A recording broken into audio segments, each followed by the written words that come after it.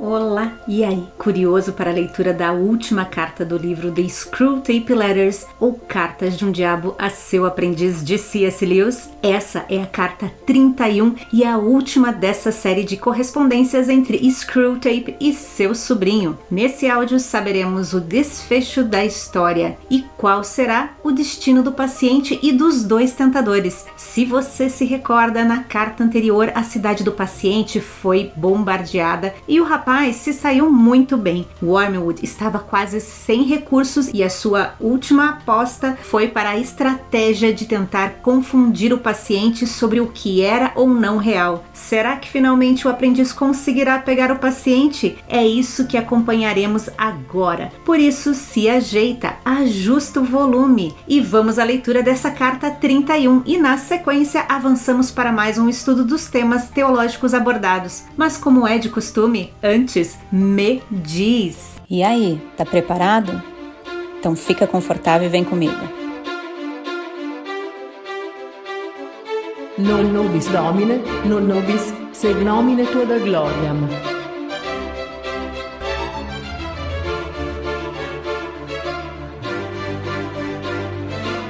The Screwtape Letters, by C.S. Lewis.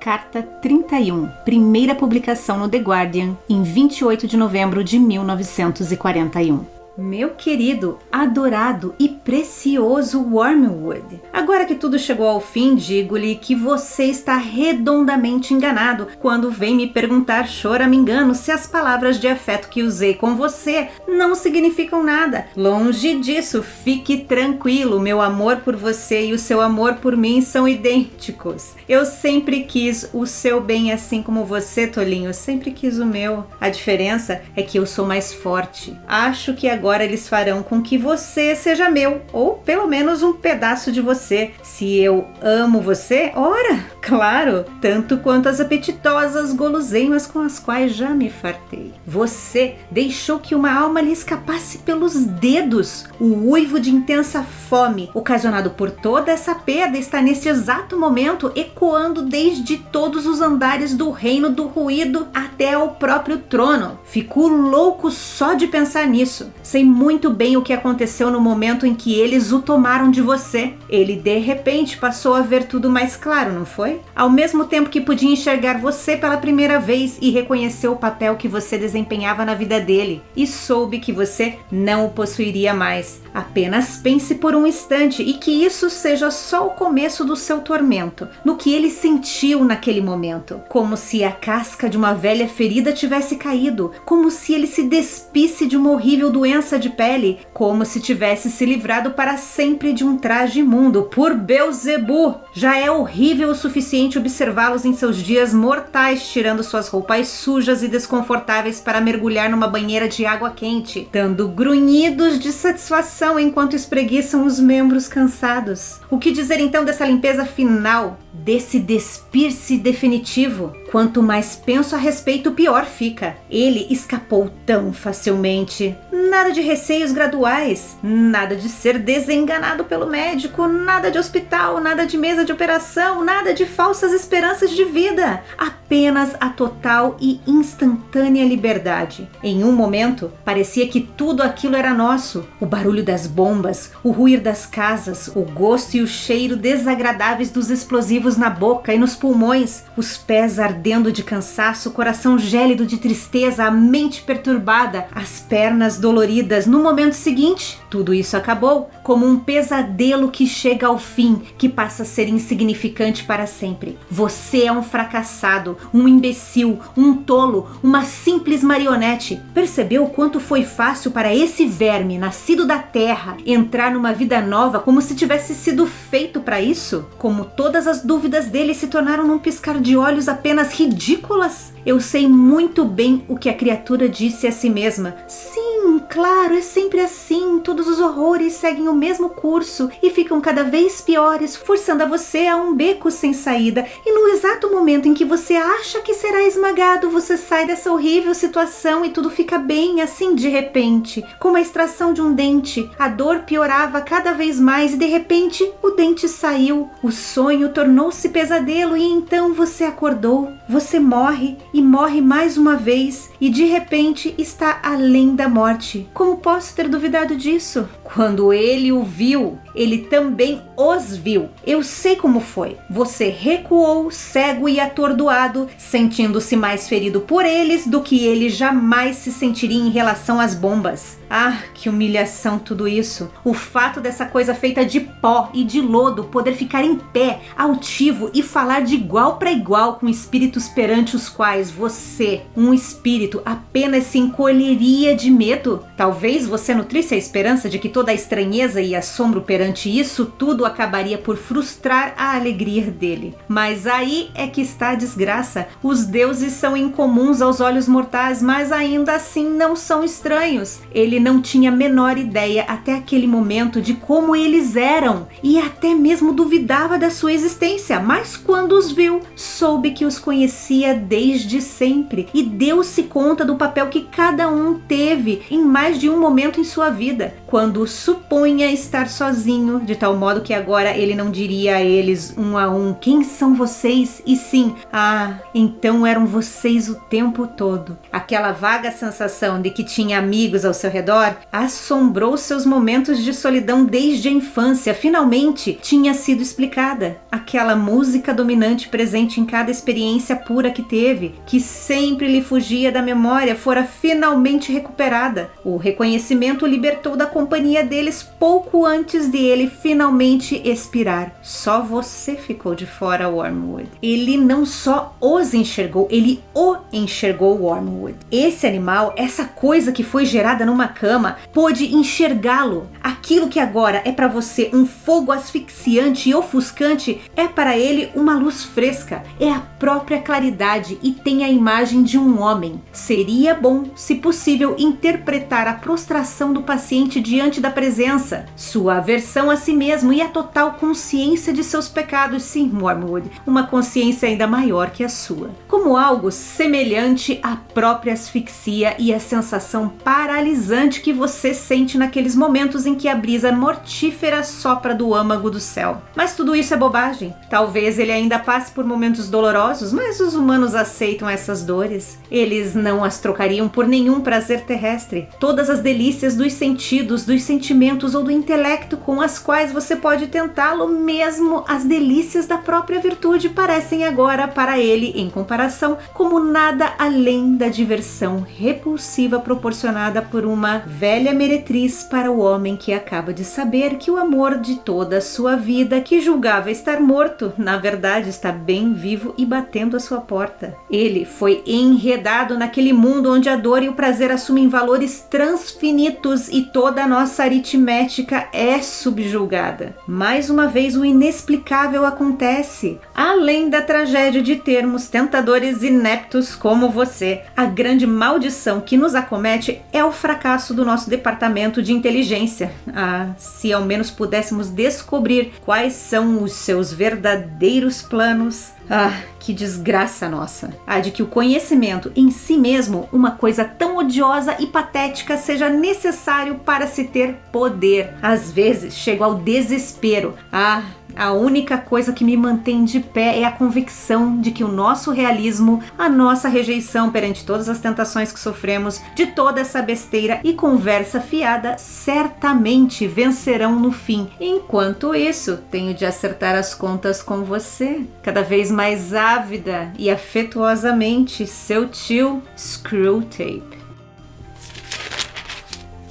Reflexões, carta 31. Você entendeu o que acabou de acontecer? Conforme eu fui lendo a carta, a ficha foi caindo lentamente. A cada frase eu lia com um ponto de interrogação do tipo: peraí, se ele viu os anjos, viu Wormwood, Ele morreu. O paciente morreu. Ele morreu no meio do bombardeio. Mas espera aí, eu tinha vontade de dizer, calma, para, espera, volta. Ele morreu como? Como foi isso? Como assim? Me explica isso melhor. Mas Screwtape não estava nem aí para as minhas perguntas. Não estava nem aí para a vida do paciente, também nem aí pelo destino do seu sobrinho. Que insensível, eu não sei por que eu ainda esperava alguma coisa dele. Eu e minha inocência de leitora. Porque também ficou subentendido que o Wormwood seria absorvido por outros tentadores mais fortes e seu tio também deixa claro que quer um pedacinho dele. Isso quer dizer que ele deixou de existir como um ser integral e único. Sim, porque durante essas cartas Screwtape falou que eles absorvem os mais fracos. Então Wormwood vai deixar de existir como ele mesmo e estará incorporado a outro tentador. Quer dizer, nunca mais existirá uma outra carta onde se lerá: meu querido Wormwood. Quantas perguntas eu queria fazer no meio do texto, mas Screwtape apenas fez o seu trabalho e escreveu e enquanto eu, leitora, estava lá sendo atropelada por aquela notícia. Eu também fiquei surpresa com o meu choque e pensava, tá, mas você achava que a história ia acabar como? Era a última carta. Eu sei, mas eu juro que eu esperava qualquer coisa menos isso. Eu pensava, e a namorada? Como ela recebeu essa notícia? E será que ela estava com ele? E o casamento deles? E os possíveis filhos? E a mãe do paciente? Eram tantas perguntas que tive de fechar o livro e esperar eu me acalmar para só então finalizar a leitura. Eu sei, falando isso eu corro o risco de você me achar bem tola. Afinal, é uma história e eu sei disso, mas vai falar isso pro meu coração que ficou em pedaços. Era para eu estar feliz, certo? O paciente foi para o céu, encontrou Jesus, foi recebido pelos anjos, não há mais dor e todo o horror passou. O Wormwood foi derrotado. Era para estar tudo bem, ou melhor, ficou tudo bem, porém eu pensava em quem ficou. Eu fiquei.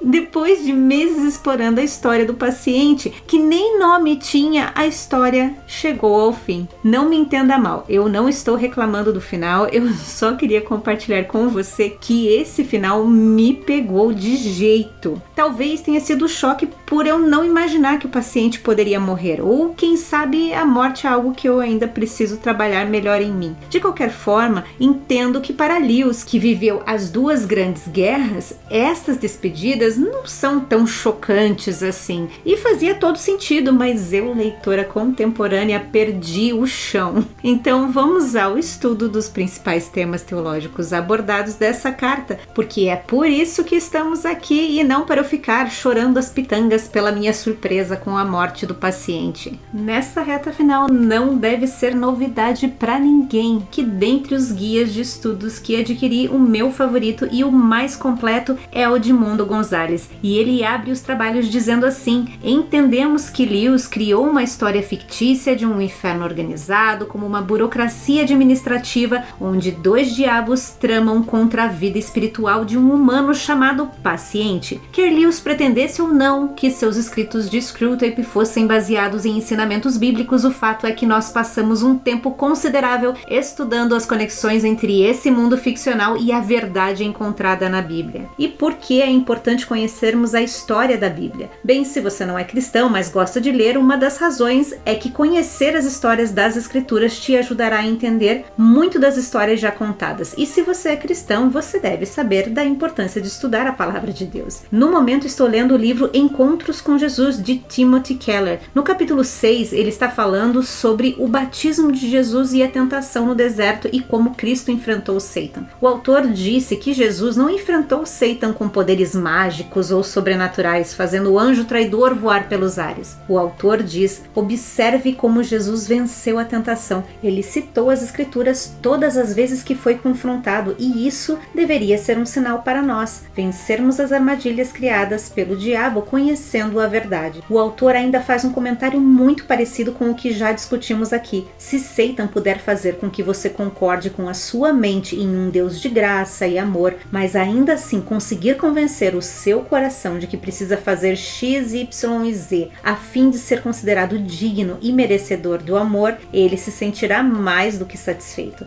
É por essa razão que gostei muito desse guia de estudos, pois ele nos faz refletir não nos conceitos morais de nossa cultura, mas na verdade registrada nas Escrituras. Ainda nessa ideia da importância importância de conhecer as histórias bíblicas, o autor diz que o conhecimento que temos da palavra de Deus nos ajuda a processar todos os pensamentos e sentimentos por um filtro das revelações de Deus. E ainda acrescenta, se Jesus, o Filho de Deus, não teve presunção de enfrentar o mal no mundo sem um conhecimento profundo da Bíblia, tanto na mente quanto no coração, como poderíamos nós tentar enfrentar a vida de outra maneira? Bom, acho que essa nossa conversa sobre a importância das conexões da história com a Bíblia, mesmo que talvez essa não tenha sido a intenção inicial de Lewis, já nos deixou bem aquecidos para analisarmos essa carta. E Screwtape começa sua carta dizendo: tudo chegou ao fim. Wormwood está choramingando e perguntando se as palavras de afeto trocadas entre os dois não significavam nada, ao que Screwtape rebate dizendo que ele quer tanto o bem do sobrinho quanto ele desejava o bem dele. E aqui vale recordar que Wormwood chegou a dedurar o tio para a polícia do inferno, você lembra disso? Screwtape também deve se lembrar. Tanto é que ainda acrescenta que a única diferença entre o desejo de um pelo outro é que Screwtape é mais forte. Aqui Lewis traz a hierarquia entre os dois tentadores e que também é encontrada na Bíblia. Aprendemos isso quando lemos que Miguel é chamado de um dos principais príncipes, lá em Daniel 10:13, o que nos revela que muito provavelmente existe mais de um arcanjo ou príncipe principal. Além disso, em Marcos 9:28-29, lemos que existem certos poderes demoníacos que são mais fortes que outros. Naquele relato, os discípulos tiveram sucesso em expulsar muitos demônios, mas havia certos tipos que exigiam uma oração extra. Gonzalez diz que Jesus permitiu que eles falhassem para que pudesse lhes ensinar uma lição importante sobre a oração. Retornando à carta, Screwtape complementa sua resposta aos questionamentos de Wormwood sobre os seus sentimentos, dizendo: se eu amo você, ora, é claro, tanto quanto as apetitosas guloseimas com as quais já me fartei. Eu sei que eu não devia, mas fiquei com pena de Wormwood. Ele está a ponto de ser devorado e seu tio olha para ele e enxerga uma guloseima. Parece que Gonzalez sonda meus pensamentos e diz assim: deveríamos sentir pena do aprendiz? Certamente não. Como escreveu Screwtape, sempre desejei você assim como você, tolinho, também me desejou. Isso sem contar que tanto as falas de Screwtape e Wormwood estão contaminadas com mentiras e enganos, como lemos em João 8:44. Em uma conversa entre Jesus e os fariseus, Jesus diz assim: vocês são do diabo, que é o pai de vocês, e querem satisfazer os desejos dele. Ele foi assassino desde o princípio e jamais se firmou na verdade, porque nele não há verdade. Quando ele profere mentira, fala do que lhe é próprio, porque é mentiroso e pai da mentira. Portanto, quando Screwtape profere palavras de afeto ao jovem aprendiz, ele tem a intenção de enganar. Ele sempre foi dúbio e fingia ter sentimentos que nunca teve. E suas ações são contraditórias. Não é à toa que a Bíblia nos alerta sobre contato com espíritos. Em 1 João 4:1 lemos: amados, não creiam em qualquer espírito, mas examinem os espíritos para ver se eles procedem de Deus, porque muitos falsos profetas têm saído pelo mundo. Retornando à carta, Screwtape fala que a perda do paciente ecoou por todos os andares do inferno até chegar ao trono, ou seja, não tem nada que possa ser feito para livrar a pele de Wormwood. Screwtape segue dizendo que sabe o que o seu sobrinho presenciou no momento em que ele perdeu o paciente para o inimigo. E aqui Lewis deixa um pequeno presente para nós leitores. Ele descreve o que aconteceu através da visão do mundo espiritual, como foi a morte do paciente. Se o relato tivesse sido feito por um humano, o que teríamos recebido seria a descrição de gritos, dor e sangue. Porém, o que Screwtape narra é a visão que ainda não temos. Ele diz assim: ele, no caso o paciente, passou a ver tudo mais claro, não foi? Ao mesmo tempo que podia enxergar você pela primeira vez e reconhecer o seu papel na vida dele. Ele soube também que você não o possuiria mais. Sobre essa passagem da carta, Gonzalez diz que estas são imagens lindas e reconfortantes, onde Lewis conforta a todos que têm esperança de vida eterna após a morte. Isto é exatamente o que vemos na história contada por Jesus, registrada nas Escrituras. Em Lucas 16, Jesus conta a história de um homem chamado Lázaro, que suportou adversidades até o momento de sua morte, mas assim que morreu, foi levado pelos anjos para junto de Abraão. Lemos que Lázaro ficou imediatamente num lugar de conforto e alegria e felicidade, como está em Lucas 16, 25. A Bíblia ensina que na vida após a morte, Deus enxugará dos seus olhos toda lágrima e não haverá mais morte, não haverá mais luto, nem choro, nem dor. As primeiras coisas já passaram. Isso está em Apocalipse 21, 4. Outras descrições incluem que eles não terão mais fome, nem sede, nem o sol os atingirá, nem calor algum, pois o Cordeiro que está no centro do trono será o seu pastor e os guiará às fontes da água da vida. E Deus enxugará de seus olhos toda lágrima, como você pode ler em Apocalipse 7, versículos 16 e 17 e também em Isaías 25, 8. Semelhante ao que aconteceu com o paciente nessa história. Na sequência da carta, Screwtape diz: ele, o paciente, escapou tão facilmente, nada de receios graduais, nada de ser desenganado pelo médico, nada de hospital, nada de mesa de cirurgia, falsas esperanças de vida, apenas a total e instantânea liberdade. Não é surpresa que Screwtape prefira que o paciente morra de forma lenta, prolongada e sofrida em uma casa de repouso. Lembra da carta número 5? Naquela carta, o velho tentador esclareceu que a guerra traz a morte, e esse tipo de morte geralmente prepara as pessoas para tal evento. Por essa razão, ele prefere que a humanidade não esteja preparada. Com essa afirmação de Screwtape lá naquela carta 5, não é de se estranhar que agora o velho tentador admita que o fato do paciente morrer no meio da guerra e estar preparado espiritualmente fez com que Wormwood perdesse sua presa facilmente para o inimigo. O que acompanhamos aqui é Screwtape profundamente irritado com o atalho que o paciente recebeu ao morrer e ir direto para a presença de Deus. Aqui vale relembrar os últimos momentos do paciente de acordo com o relato de Screwtape. O barulho das bombas, o ruir das casas, o gosto e cheiros desagradáveis dos explosivos na boca e nos pulmões, os pés ardendo de cansaço, o coração gélido de tristeza, a mente perturbada, as pernas doloridas e no momento seguinte tudo isso acabou, como um pesadelo que chega ao fim, que passa a ser insignificante para sempre. Percebeu o quanto foi fácil para esse verme nascido da terra entrar numa nova vida, como se tivesse sido feito para isso? Como todas as dúvidas dele se tornaram num piscar de olhos apenas ridículas? Além disso, Screwtape também reconhece que as experiências físicas negativas da guerra foram imediatamente removidas após a morte, para nunca mais serem encontradas. Isto é, o paciente estava livre para sempre, assim como Lázaro da história contada por Jesus. Um pouco antes disso, Screwtape menciona uma limpeza final, que também pode ser traduzida como uma purificação. E ele diz assim: o que dizer então dessa limpeza final, desse despir definitivo? Gonzalez nos convida a pensar nesses dois tipos de limpeza ou purificação que o velho tentador descreve. A primeira tem a ver com os olhos do paciente sendo abertos após a morte e vendo os anjos e Wormwood. O paciente não só reconheceu o papel que o tentador teve em sua vida,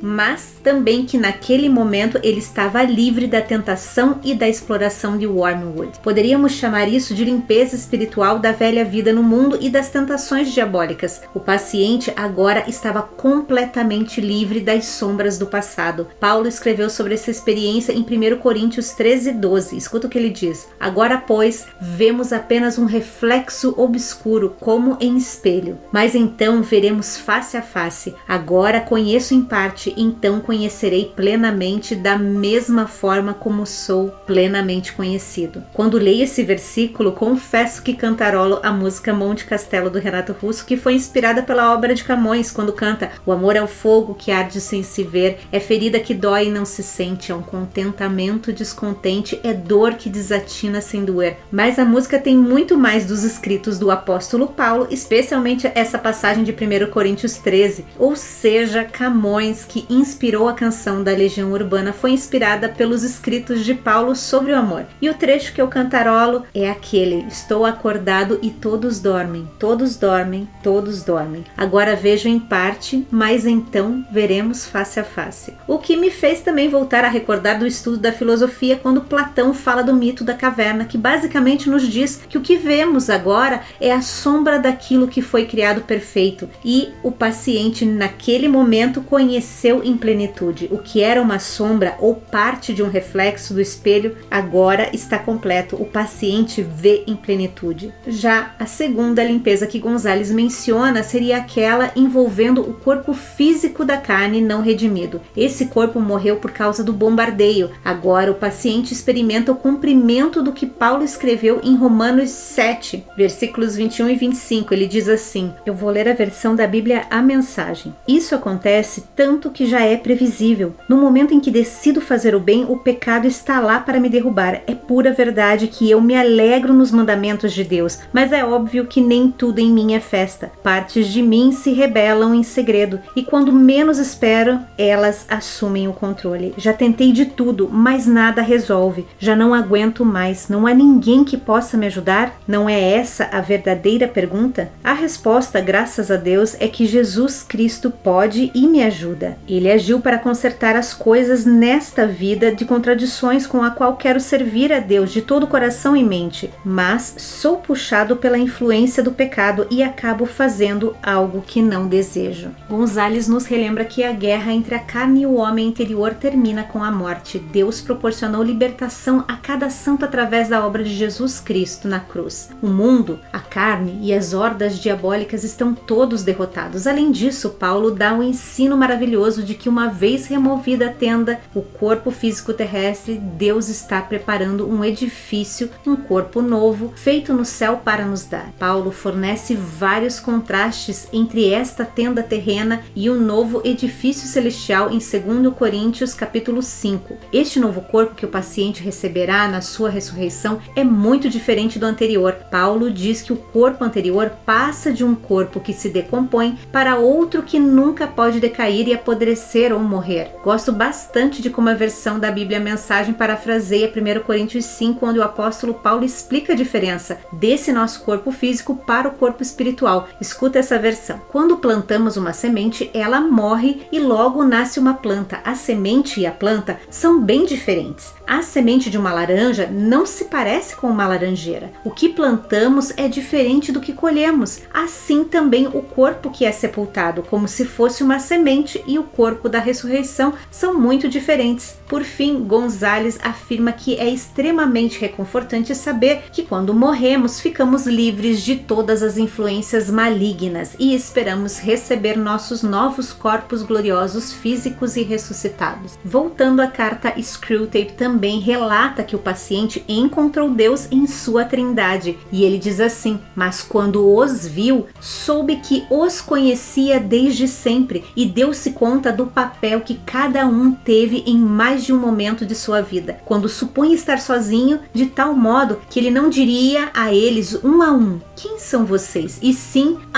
então eram vocês o tempo todo. E conclui esse encontro dizendo, ele, o paciente, não só os enxergou, ele te enxergou, Wormwood. E então Screwtape solta todo o seu desdém complementando, esse animal, essa coisa que foi gerada numa cama, pode enxergá-lo. Ao ler esse ressentimento de Screwtape, me recordei de Satan e Paraíso Perdido, que começa dizendo que não tem nada pessoal contra a humanidade e ao final está lá, amaldiçoando o casal e querendo destruí-los. Não que aqui Screwtape tenha se feito de rogado ou coitado, afinal de contas ele estava se comunicando com seu sobrinho, diferente de Satan e Paraíso Perdido, que contava sua versão dos fatos para nós leitores. Porém, aquele sentimento de raiva é o mesmo nas duas obras, você também notou? Por fim, vamos à parte talvez mais controversa que Lewis deixou registrado. Screwtape diz assim, talvez ele ainda passe por momentos dolorosos, mas os humanos aceitam essas dores, eles não trocariam por nenhum prazer terrestre.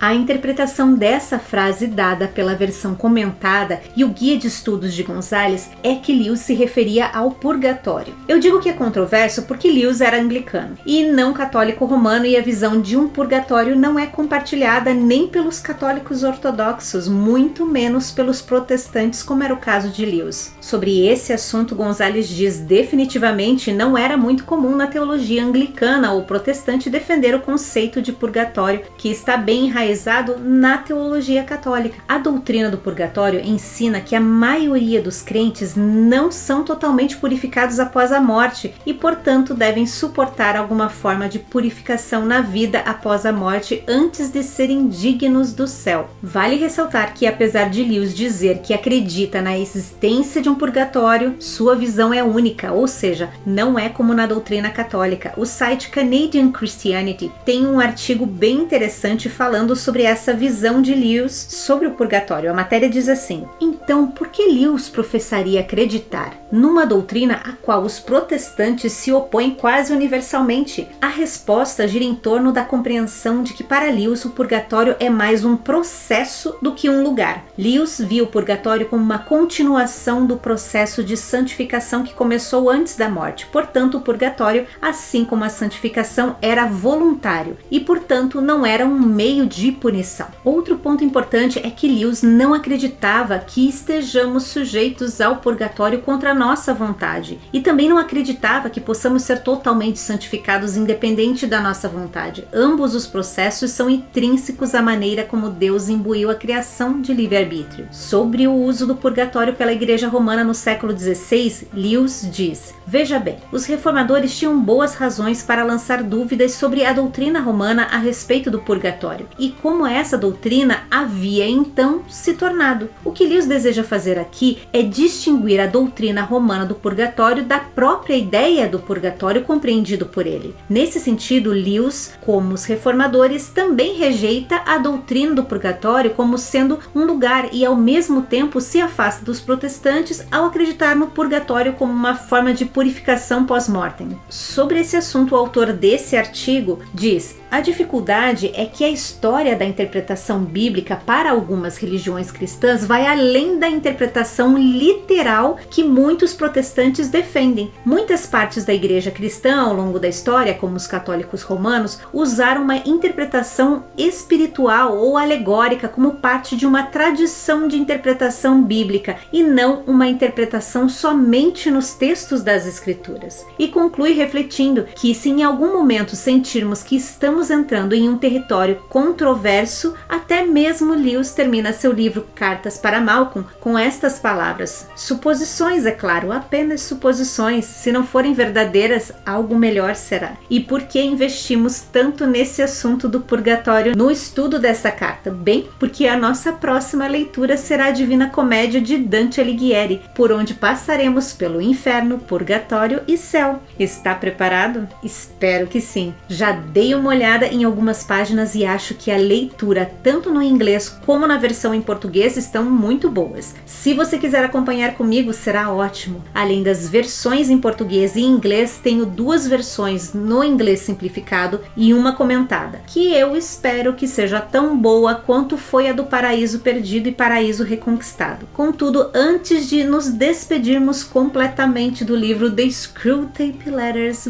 vou preparar um áudio com a leitura do discurso Screwtape propõe um brinde. Lewis, ao terminar Cartas de um Diabo a Seu Aprendiz, estava decidido a não dar sequência a essa história, mas talvez uma palestra ou um discurso estava na mente do autor. Ele conta que quando surgiu o convite do Saturday Evening Post para escrever sobre Screwtape, a ideia ganhou forma e temos aproximadamente umas 10 páginas de um discurso final do velho tentador, que eu pretendo fazer apenas a leitura. Dessa vez não faremos um estudo como fizemos para as cartas, e se tudo der certo, na versão do YouTube incluirei um vídeo com os livros que utilizei nesse projeto. E por hoje é só. Encerramos aqui a última carta do livro The Screwtape Letters, ou Cartas de um Diabo a Seu Aprendiz, de C.S. Lewis. Nos encontramos no próximo áudio com o discurso final do velho tentador intitulado Screwtape propõe um brinde. Te espero lá. Fique com Deus. Tchau!